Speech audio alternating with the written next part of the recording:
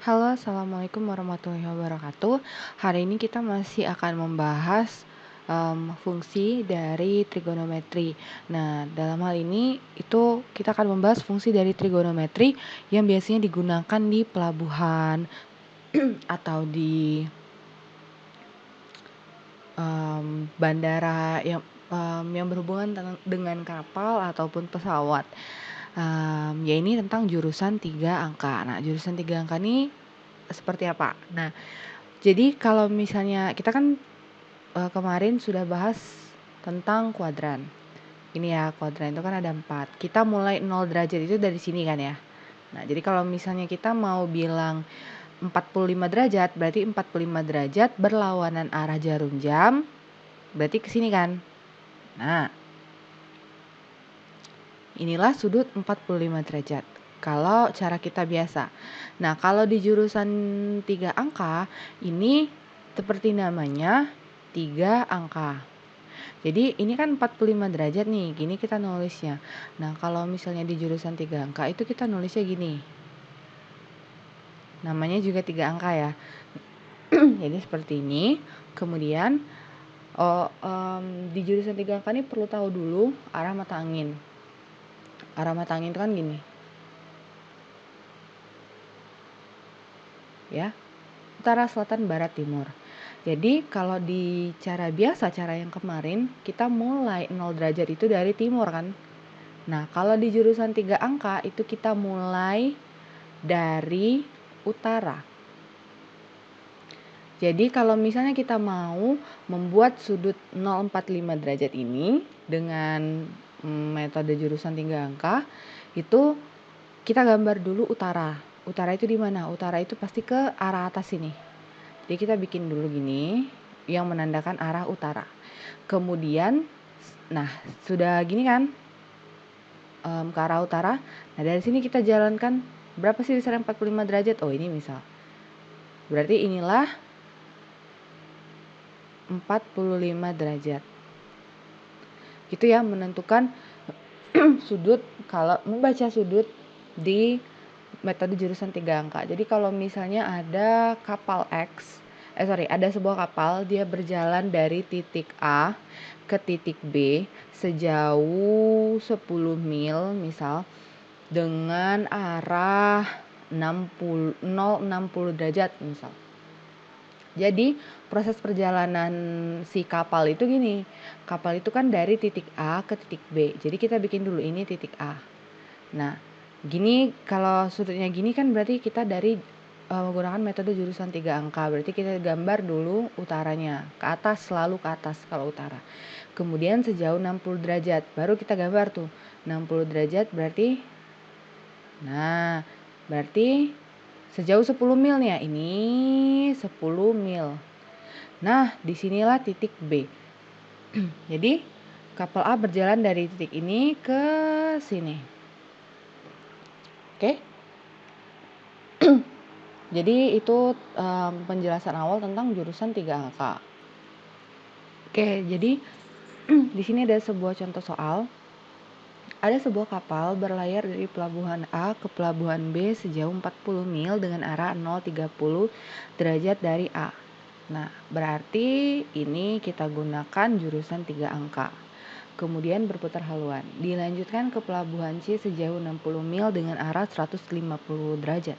Jarak terdekat pelabuhan A ke C adalah, nah, jadi kalau jurusan 3 angka itu harus gambar, harus mau sedikit repot lah.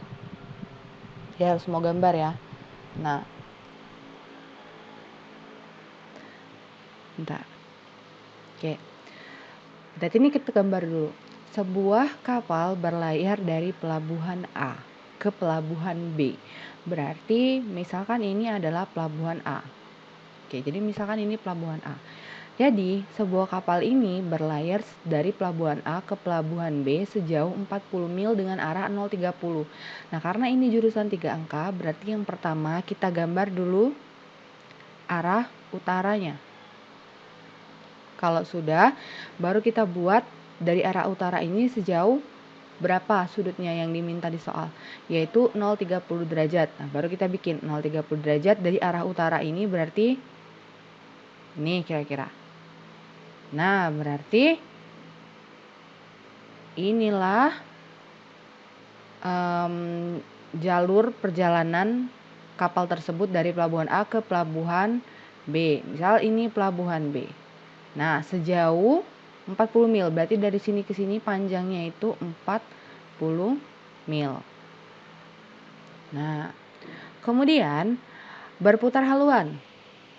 Dilanjutkan ke pelabuhan C. Sejauh 60 mil dengan arah 150 derajat. Berarti ini ada sudut baru kan, kemiringan baru kan. Nah, kalau begitu tetap caranya sama. Kita gambar dulu arah utaranya kemana, ke sini kan. Ini utara kan. Sejauh 150 derajat dari arah utara ini. Berarti kan dia sudut tumpul kan, lebih dari 90 derajat kan. Nah, berarti kira-kira ini adalah jalur dari pelabuhan B ke pelabuhan C. Sejauh berapa? Alias panjang BC ini adalah 60 mil. Yang ditanya adalah jarak terdekat pelabuhan A ke C. Berarti kan ini yang ditanya. Dari A ke C kan. Berapa mil? Nah, sekarang kita bisa gunakan bantuan trigonometri apa di sini? Nah, kita lihat dulu apa yang kira-kira kita ketahui.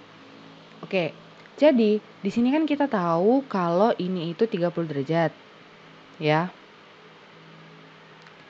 30 derajat.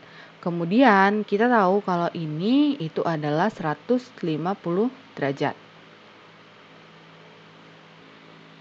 Kalau cuma dengan ini yang diketahui kan kita tidak bisa kurang informasinya. Belum ada aturan ataupun bantuan dari trigonometri yang bisa kita gunakan. Nah, ingat dulu waktu SMP kan kita pernah belajar tentang sudut gini. Ada dua buah garis sejajar, ya. Kemudian kalau misalnya ada garis di sini, maka sudut yang warnanya sama artinya besar sudutnya sama ya. Sudut ini sama dengan sudut ini besarnya. Kemudian sama dengan sudut ini artinya sama dengan sudut ini. Artinya apa? Artinya sudut ini kan besarnya sama dengan sudut ini. Ini ada dua buah garis sejajar. Nah, sekarang lihat. Ini ada dua buah garis sejajar. Kalau misalnya garis si A ke B ini kita perpanjang. Gini. Dan misalnya yang garis utara ini kita perpanjang lagi gini. Kita kan dapat yang mirip kayak gini. Artinya kalau ini 30 derajat, berarti di sini juga 30 derajat. Berarti di sini kita tahu kalau ini adalah 30 derajat. Oke. Sekarang dapat ya kalau dari nih ya warna kuning ini ya. Dari sini ke sini itu 30 derajat. Oke. Hapus dulu biar kelihatan jelas. Kita tambahkan lagi di sini ya tadi ya. Nah, yang warna kuning ya.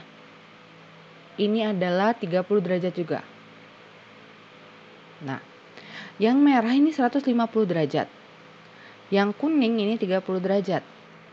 Berarti kalau kita mau cari yang hijau, ini kan sama dengan 150 dikurang 30 derajat alias 120 derajat. Jadi yang hijau ini adalah 120 derajat. Sekarang lihat lagi yang biru muda ini. Biru muda ini dari sini ke sini. Sudut berpelurus besarnya berapa? 180 derajat. Kalau yang hijau 120, maka yang kalau yang biru muda 180, sedangkan yang hijau 120, maka yang ungu adalah 180 dikurang 120 atau 60 derajat. Maka yang ungu ini adalah 60 derajat. Oke, kita hapus warna-warnanya biar kelihatan jelas tulisannya ya.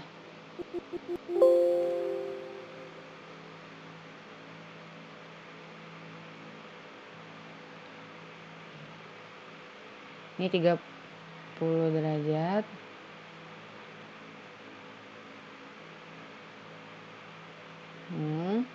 ini 120 derajat, ini berarti 60 derajat.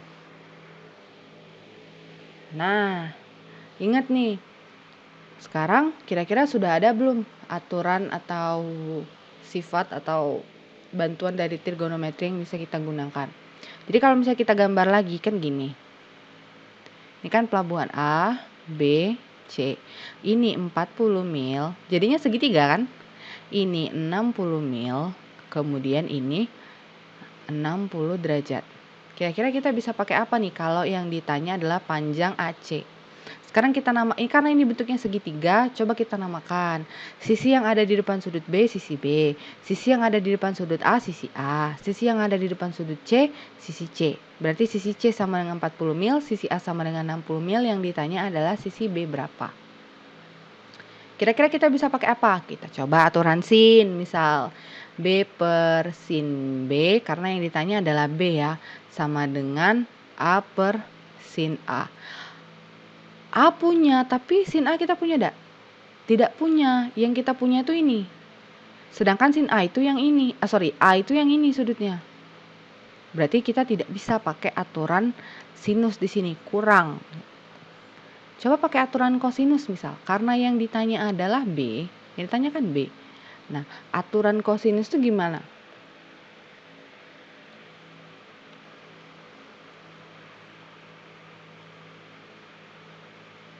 A kuadrat ditambah C kuadrat dikurang 2AC dikali cos B. Nah, A-nya punya, C-nya punya, sudut B punya. Oh, lengkap nih, berarti kita bisa pakai aturan kosinus untuk menyelesaikan soal ini. A kuadrat itu 60 kuadrat berarti ya. 60 kuadrat 3600 ditambah 40 kuadrat itu 1600 dikurang 2 dikali 40 dikali 60 berarti 4800 dikali cos B. Cos B berapa? Cos 60. Cos 60 berapa? Cos 60 setengah. Nah, berarti ini tinggal kita kerjakan. 3600 tambah 1600 adalah 5200 dikurang 4800 dikali setengah, itu berarti 2400. Berarti panjang si B adalah, ini B kuadrat ya. Nah, berarti panjang si B adalah 2800. Nah, ini kan belum sederhana nih. Karena masih B kuadrat kan, berarti kita cari B itu sama dengan akar 2800. Berapa nih? Kita bisa pecah jadi perkalian 100 dikali 28. Kemudian si 28 ini masih kita bisa sederhanakan jadi 4 dikali 7. Kita lanjut di atas ini ya. Jadinya akar 400 dikali 7, 600. Ini bisa kita keluarkan dari akar jadi 20 akar, sisa di dalam akar 7. Berarti jarak dari A ke C atau panjang sisi P adalah 20 akar 7 mil. Jadi itu ya, jadi intinya pertama itu gambar dulu gini. Kemudian cari kira-kira kalian bisa pakai bantuan apa. Maksudnya itu terjemahkan gitu. Kalau kayak cuma 40 mil, 60 mil, kemudian sudut ini dan sudut 150 derajat tadi kan kita tidak bisa pakai apa-apa kan. Nah, berdasarkan materi waktu kelas 8 dulu yang tentang sudut dalam berseberangan itu, kita tahu kalau warna kuning ya, perhatikan warna kuning. Kalau sudut ini besarnya sama dengan sudut ini. Oh, berarti kalau di sini 30 derajat, di sini juga 30 derajat. Nah, dari situ kita tahu kalau kuning ini 30 derajat, sedangkan si hijau ini 150 derajat, maka si ungu ini adalah 150 dikurang 30 atau 120. Nah, karena kita tahu 120, si ungu itu 120, kita ganti warna ya. Kita tahu lagi kalau ini adalah sudut berpelurus yang biru muda ini. Nah, karena yang hijau ini 120 dan si biru muda ini karena sudut berpelurus maka 180 kan. Berarti yang kuning adalah 180 dikurang 60. 180 dikurang 120 atau hasilnya 60. Jadi harus mau gambar, kemudian mau coba membaca situasi. Kira-kira kalau diketahui ini, kemudian bisa cari apa lagi ya? Karena tidak semua informasi diberikan secara eksplisit di soal. Kadang ada beberapa yang harus dicari. Contohnya yang terpakai kan sudut 60 derajat. Tapi 60 derajat nggak langsung dikasih di soal. Kita cari sendiri. Ya. Ini ada satu buah latihan soal. Jadi coba dikerjakan dengan metode jurusan 3 angka tadi. Jangan lupa digambar. Kemudian dianalisis kira-kira kalian bisa pakai aturan trigonometri yang mana untuk menentukan jarak pelabuhan A ke C.